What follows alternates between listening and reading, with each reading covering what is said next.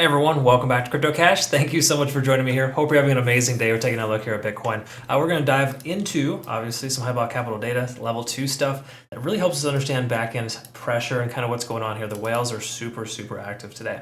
So interesting stuff I'd like to kind of point out and obviously highlight. If you're new to the channel, not a financial advisor, love to teach people to trade. I hope you can learn something here today. If you want to become a better trader, cryptocash.tech is the website link down below. Okay, so be sure to check that out in your own time. And I do look forward to working with you. Obviously, what we want to do here is take a quick peek at the volume. We can see that there's a tremendous amount more liquidations today than obviously the last couple weeks, or last roughly 1 week, if you will. In other words, a lot more longs are getting hit harder than the shorts at this point. We know that because the price dropped twice, like overnight last night, but it's still pretty rough waters, right? We can also see though that there's more interest in buying than selling right now, which makes sense considering the dip is in, or buying the dip. That's a very common characteristic. You can also see here as well for longs, it's more longs open today than yesterday. So we had a lot of longs being closed yesterday, whereas there's a lot of longs being open today. Okay, so that's a good sign that implies that the late longs could be in profit. We'll double check that as well. We also can see a slight increase in shorts too. So some conflicting information there. Once again, fear and greed index pretty much standardly right there at the normal 50%, or sorry, 50 is the number. I don't think it's a percent. Okay, so what we want to look at here is the liquidation data, and what this is here helps us kind of understand where the longs are hedged here, essentially, where they got their long positions open. Most longs, even late longs, are pretty much break even right now. So we can kind of see that reflected. There's a lot of longs that were opened recently. And then as far as shorts are concerned, we got quite a lot of shorts too at the 26,250 mark. So in truth, a lot of longs, a lot of shorts just kind of hanging out right at this one point, waiting for the tides to turn. So interesting stuff how that works. What I'm guessing is going to happen here, because we saw this push up to about 26.6. There's a good chance we could see that retest there. And we're going to check our Fibonacci retracement levels. But just to quickly note before we get there, Bitcoin dominance is coming down, and that's typically a sign that altcoins are going to increase, which we can kind of see that here as well. It doesn't always happen that way, but it's typically it's a good sign in the big picture when altcoins increase on the back end, because that tells us there's more confidence in where Bitcoin is at. Because if people are investing in altcoins, they feel like the bottom is probably in for Bitcoin. When altcoin dominance and Bitcoin dominance are both dropping, that's a scary sign. And thankfully, we're kind of break even right now for both. And I think that's positive there in the sense we have kind of that neutrality. Okay, but let's take a look at Bitcoin and kind of see what's going on here. And we're going to start with our larger time frames. We're just going to touch on the monthly here, kind of work our way down so you can kind of see just a few things that are pretty obvious. This month is coming to a close, and ideally, if we can close at the current level or higher, 25,000 or higher, probably right in that range, we'll still be in good shape on the RSI to stay above there. But we can see some money's flowing out of the market here just generally in the last couple of months.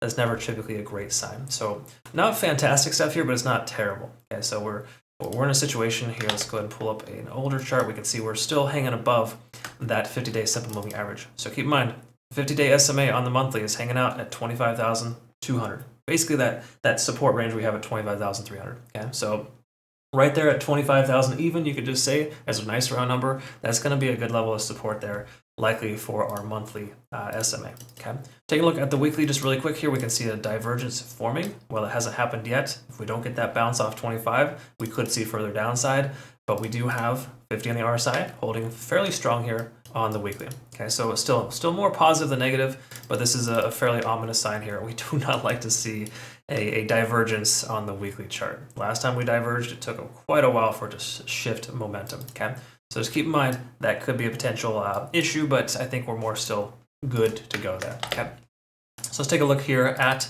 the MACD. Once again, we got that MACD FU once, twice, and 3 times.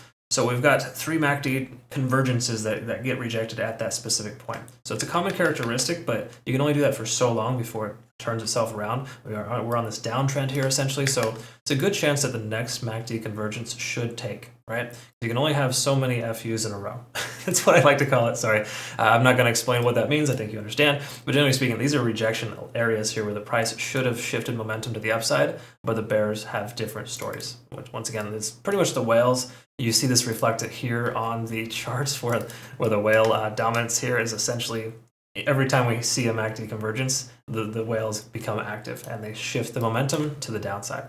Okay, so again, I think the odds are in our favor. In time, we'll see that start to eventually happen. right? But for right now, we don't want to go on a hope and a prayer. That's pretty much where we're at there. What we can see though is that we have some positive here. Money is flowing more so into this coin. The lower the price gets, the more money flowing into it. It's a very common characteristic as well.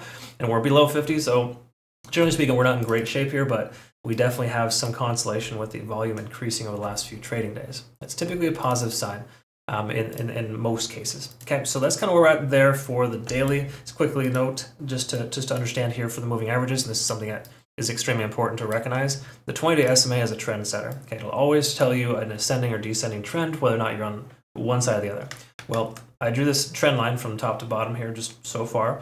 That runs concurrent with this to give us perspective on that. So if and when the price breaks above that, that would be a better consideration for a long position, at least for a long, if that makes any sense. So it's something you're going to hold for an extended duration, right? A long towards 30,000, if you will, instead of just a short, a very brief long, if you will. Okay, so what I'm getting at is in order to go up, for the price to go up, we need to break through that level and to hold above that. Okay, so next week or so, we should be able to have some kind of definitive direction. We'll either get rejected at this point and come down, or we'll break above and use it as a nice little resting point and to continue higher from there. Okay, so a few things could happen, but I think it's more likely than not that with us being in a descending trend, we can expect the price or the trend to continue downwards. Okay, that's kind of the general sense here. While it is tempting to take a long right now, we want to wait for confirmation. There's probably, we're going to look at the hourly to confirm, but for right now, let's go ahead and see what the 4-hour looks like first. Taking a quick look here at the MACD, we can see a potential convergence here. We're a long ways away from it, don't get me wrong. This is not happening just yet, but it is starting to shift a little bit where that momentum to the downside is dissipating because we've had at least a little bit of sideways action here for the last 12 to 24 hours. Looking at the RSI, we can see the price is coming down, came all the way down to 30 and effectively bounced. While this wasn't a strong bounce, it did technically come up a little bit with the RSI. So that's a good sign. And as the RSI starts to average itself out upwards, we want to pay attention to the price coming up with it. If the price goes sideways and the RSI comes up, we'll probably see rejection and the price come down. Okay? So we want to be able to see the price come up here soon and some kind of closure, I would say 27.5, 27.4 or higher. We'll see. Okay, so we'll identify some key level supports and resistances on the hourly here. What we want to look at quickly first, though, is the TD sequential and see if there's any overextension. Not too much here, really, and just jumping up to 3s, 4s, and 5s. Very standard, consolidation patterns. We did have a previous 9 that became overextended to another 8, but since then the price has gone sideways. So this is pretty normal for the price to do what it's doing before it can potentially leg up again. Now, is it going to leg up? Well, it's hard to say. Let's see if there's any consideration here for the cloud. I'm willing to bet we're still under the cloud. Makes sense. So that's kind of rule number 1 is to wait until you're above the cloud to be in good shape. So again, a closure at 26.3 would be perfect for us to be able to see that. I wouldn't expect that, but that is potentially something we want to look for. We have the conversion line above the baseline, though, and the lagging span is in the price action. So that pretty much tells us that if you have a short position, you should have closed it by now, because this momentous trend is coming to an end. And that's really just what it's telling us here, again, on a shorter time frame. You can see on the MACD on the 4-hour, for example, we haven't truly shifted that momentum, but if you want to get like an early start and you pay attention, when the lagging span gets into the price action, that's like an early long if you want to consider it. I'm not saying that it's viable or you should. Technically, it could work, but the fact that conversion lines above the baseline does imply that we've lost that momentum to the downside, and we just need to make sure that we're above the cloud and get that confirmation before we take it long. Okay. So again, you could still take a long and be successful at this point. You just need to make sure that they are very tight targets and you are working within the Fibonacci retracement levels. Okay. So again, it's one of those things that you want to just make sure to pay attention to. The price action could very well continue lower, but just say you took a long right now, for example, you'd probably want to take some profits at the 26.350 or 26.5 mark. Okay, to ensure that you're profitable, you get in and you get out, and that's it. Okay, so that's kind of what we're looking at there. Ultimately, not fantastic for Bitcoin, but it's stabilizing, and it does look like it wants to turn itself around. Take a quick peek at the 15 here, see if our, let's see if there's anything here that tells us. We get some confirmational signs here, but you can see, look at this, look how strong this is. We're still underneath that moving average. Until we can close, again, above 26.5, I don't think we should be able to really consider a long. You could technically get lucky and come up to 26.5 and get those profit targets, again, within that Fibonacci levels. But generally speaking, we're not seeing a ton of that right now. We can also see here, though, that Bollinger Bands does tell us we have potential entry as well. So there is a consideration for an early long here. But again, Just make sure your stop losses and everything's kind of tight, for lack of better terms, because the price could continue lower in the overall sense of things. But at this point, we're not looking in dire straits by any stretch. It's kind of par for the course. I wouldn't be super surprised if price rallies back up, but again, look, for me, I would like to get a closure above the 20-day SMA on the daily. That's like a more of a long-term picture, right? That would give us confirmation that this descending trend is at least coming to an end.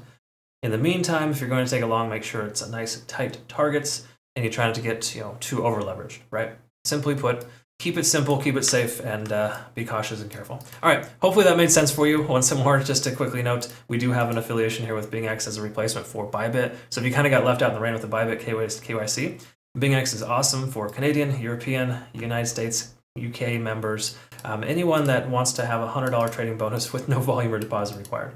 Obviously, it's a great exchange. You want to consider using them because you don't have a VPN or KYC requirements, but for lack of better terms, that's our replacement for Bybit for some of our folks that are in restricted countries.